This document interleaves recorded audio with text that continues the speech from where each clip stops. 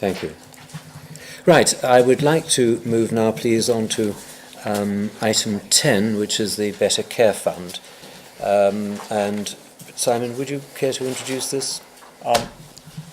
So I think since we last discussed it, good progress, the identification of £5.3 billion of proposed pooling of resource locally compared with the 3.8 minimum that was established. The fact that another £1.5 billion on top of the 3.8 has voluntarily been pooled by different parts of the country, I think demonstrates enthusiasm in many places for the benefits that this will bring.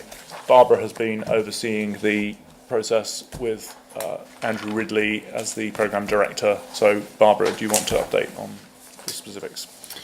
Thank you. There's a few things that I'd like to update on, and I think we should not underestimate the importance that everyone feels about joined-up care, not only across the health service but across health and social care, and how the Better Care Fund is a catalyst. Whilst it may only be a relatively small portion of health service budget and local authority budget, the bringing together of that, I think we've seen changes in attitudes, changes in behaviours, people coming together to start to think about how they can do the two things that the Better Care Fund is really designed to do, but actually the two things that we all really want for patients, for ourselves, for the public, and that is to keep people as well as we possibly can, and to ensure that if they are ill, they're treated either at home or as close to home as possible. And a huge amount of that does depend on having joined up services out of hospital, whether it's in health or social care in the community. So the paper goes through the processes that we've undertaken with the Better Care Fund, and I won't repeat all of that. At the time of writing the paper, the approvals process wasn't finished, wasn't completed. So what I want to do today is just to kind of draw out one or two of the key features of the Better Care Fund for NHS England, and then relay to the board and get your approval for the final elements of the process in terms of assessing everyone's plans. I do think it is important to remember that we're moving into a new phase with Better Care Fund. The bulk of Better Care Fund new monies comes from the health service. 5.3 billion, as Simon pointed out, it was originally supposed to be 3.8. That was the minimum, which would be two parts, 1.9 of funding that is already in statute jointly across health and social care, 1.8 rather than another 1.8 of new money. 1.9, sorry. But what we've noticed is that actually there is 5.3 billion, so both local authorities and CCGs have put more money into the pool than we originally asked. But the bulk of the money that has new money going to the pool has come from the NHS. And whilst there was a task force and a cross-government programme, for which I've recently been SRO on a cross-government basis to take these plans to the next phase, it was always planned that this would become mainstream for NHS England, the oversight of the Better Care Fund, obviously working very closely with partners in the Department of Health, Department of Communities and Local Government, and partners in the LGA. Because of the key issue around it being NHS funding and coming from our vote. And then one specific aspect as we move into it going live on April the 1st will be that the accountable officers of all the CCGs will have to attest to the fact that they approve of the plans and that they will deliver, they expect them to deliver what the ambitions, which will support our Chief Executive, who will remain the accounting officer for this money in making his declarations. So that's a key and important role. Remind the board as well of some of the changes. We had a pause, partly because of a slightly shaky start to the plans, which weren't really ready, but also to clarify and mitigate some of the risks to the NHS as we saw them, because plainly the object of the exercise in the Better Care Fund is to ensure that patients don't need to be admitted to hospital, aren't admitted to hospital if they don't need to be. And we've seen some great examples of partnership working which should reduce the need for emergency admissions across the country, but at the moment they are ambitions, and we need to make sure that we, if necessary, CCGs have the right reserve so that if patients continue to be admitted to hospital, then the NHS funding isn't compromised. So as part of that, we've ensured that £1 billion of the new money is either held back into the pay for performance pot, so that if local communities achieve their ambition of reducing emergency admissions, then that funding will be released. But if they don't, then that money will be available to reimburse providers for those admissions, and that the rest of that one, the each health economies or health and social care communities, part of that money would be invested in NHS services, in NHS commissioned services, rather than not. And this is to mitigate the risk in the NHS for what is really for us a big step, and a significant portion of our overall budget being put into this fund. You will see that the funding, the bulk of the funding is going either into social care or into community services, and the plans are ambitious. They have very significant ambitions for reducing emergency admissions, but if the plans come to fruition, there'll be over 100,000 fewer unnecessary days spent in hospital, and almost 2,000 more people supported to live independently, because as well as the aspirations for patients to be kept well and to be kept at home, there is an aspiration to save money, get value for money, and obviously the way we do that is reducing the need for emergency admissions in the NHS and for residential care in the local authority and social care sector.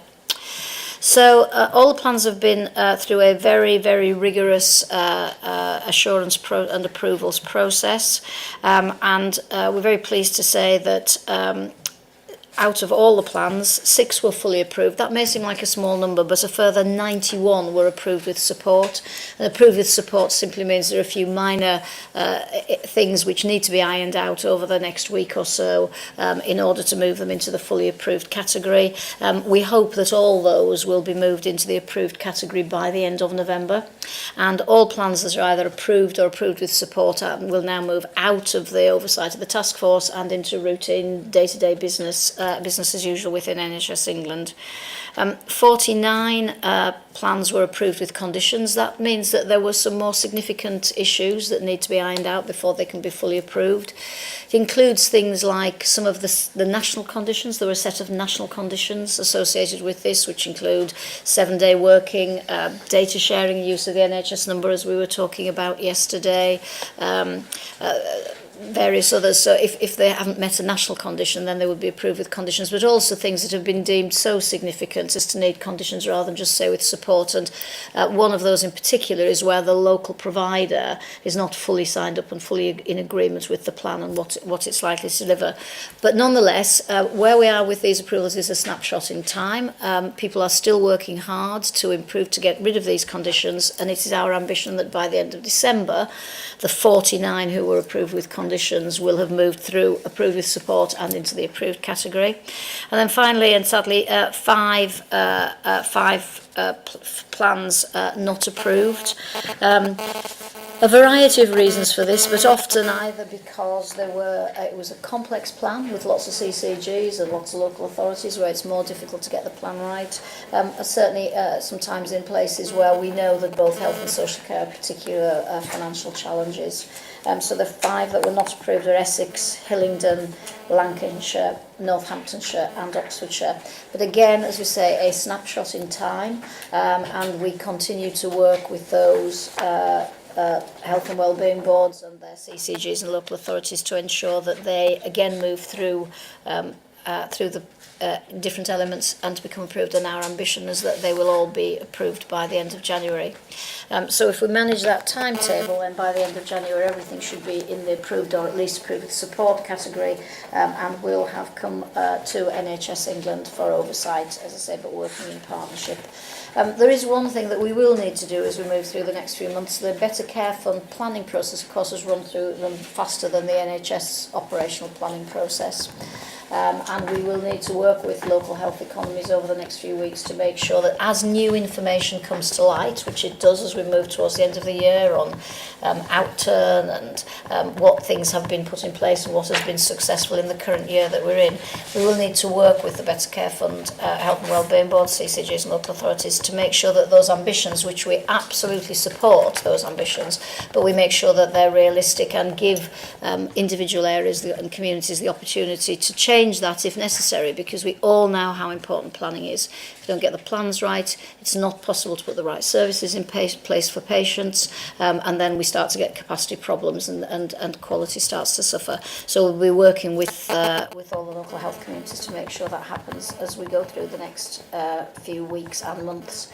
So, Chairman, that was just really to update the board on the role that NHS England plays in these and our new and increased responsibility, to give the board assurance that there's now been a sound and solid process, and we have a lot of confidence in the place in our assessment of these plans. We know where we need to put in extra intensive support, and in fact that is what we're doing for the 5 not approved communities. They've got specific individuals going in to work with them, and for those approved with conditions, they'll be able to draw down support that we in NHS England have been party to putting in place.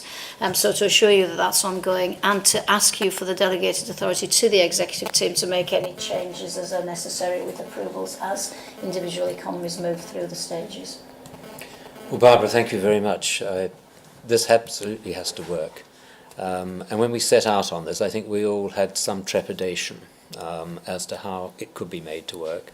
I think you've given us a lot of assurance today, and I think the work that's gone into this is truly exceptional, and it strikes me as being in the spirit of very much of what we were talking about before, of collaboration and close working together. Let me just take any comments from members of the board. You may. Nothing further. Kieran? Just the observation that if we're pooling 5.3 billion and projecting savings of 532 million, that's a 10% return on pooling and coordination and integration. That is quite significant. So if we can deliver on this, then we're creating a lot of space for some of the things in the forward view. 10% return on investment is very good. Well, we will of course expect delivery. We will be monitoring that closely, but that is just on that, Malcolm, I think it might be worth just teasing this out a bit, actually, given the accountabilities that exist through NHS England for this. We've gone through an assurance process. The fact is that there is ambition in particular parts of the country, and given the way that the Better Care Fund now operates, with a pay-for-performance element to it, such that if that ambition does not actually materialise in reduced hospital admissions, then the funding is still there to support that activity. I think, in case of doubt, we have backed the judgments that local systems have made. Does that mean that necessarily we will, in a year and a bit's time, have seen precisely come to fruition all that people are proposing? To some extent, people are doing it with best endeavours, but clearly without certainty. So I don't think we should assume that the numbers that are here are what will necessarily in every place transpire, because we have not sought to second guess the local judgments that have been made. We've allowed those to proceed for the most part with ambition, and we will obviously then need to see, as we finish the planning process between now and March, the extent to which we think it makes sense to further adjust. But the a priori case is that people are saying, if we pool our budgets, we might be able to achieve 10%. And let's say they're twice as ambitious as they should be, 5%, still worth having.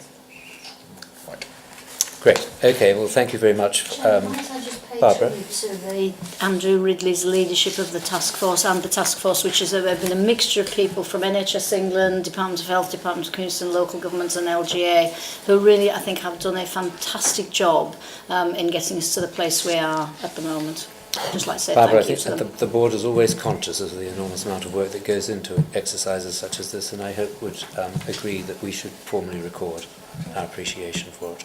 So thank you for that.